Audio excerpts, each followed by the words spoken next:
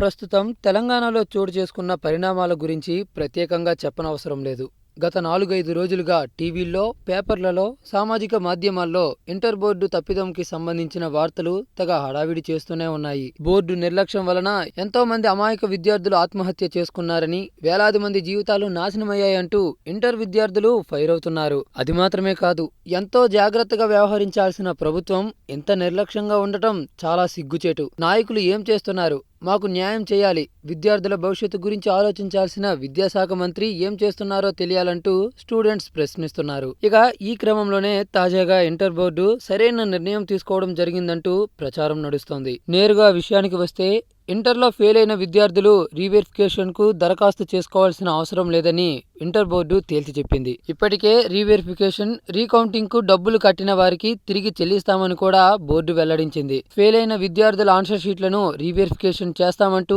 అధికారికంగా ప్రకటించింది. అందుకు విద్యార్థులు ఎవ్వరూ ఒక్క రూపాయి కూడా కట్టనవసరం లేదంటూ ఇంటర్ బోర్డు వెల్లడించింది. అయితే తెలంగాణ సీఎం కేసీఆర్ ఆదేశించడంతోనే బోర్డు ఫ్రీ రీవెరిఫికేషన్ నిర్ణయాన్ని తీసుకుందంటూ తెలుస్తోంది. ఇక ఇంటర్ బోర్డు తీసుకున్న ఈ కీలక నిర్ణయంతో వివాదం చాలా వరకు సర్దుమణిగే అవకాశాలున్నాయంటూ పలువురి అభిప్రాయం. మరి మీరేమంటారు?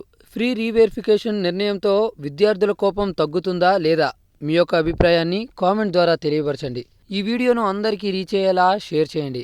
అలాగే ఎప్పటికప్పుడు ఇటువంటి ఇంట్రెస్టింగ్ అండ్ లేటెస్ట్ అప్డేట్స్ను మీకు అందించే మా ఎస్క్యూబ్ హంగామా ఛానల్ను సబ్స్క్రైబ్ చేసుకొని పక్కనే ఉన్న బెల్ సింబల్ని కూడా క్లిక్ చేయండి.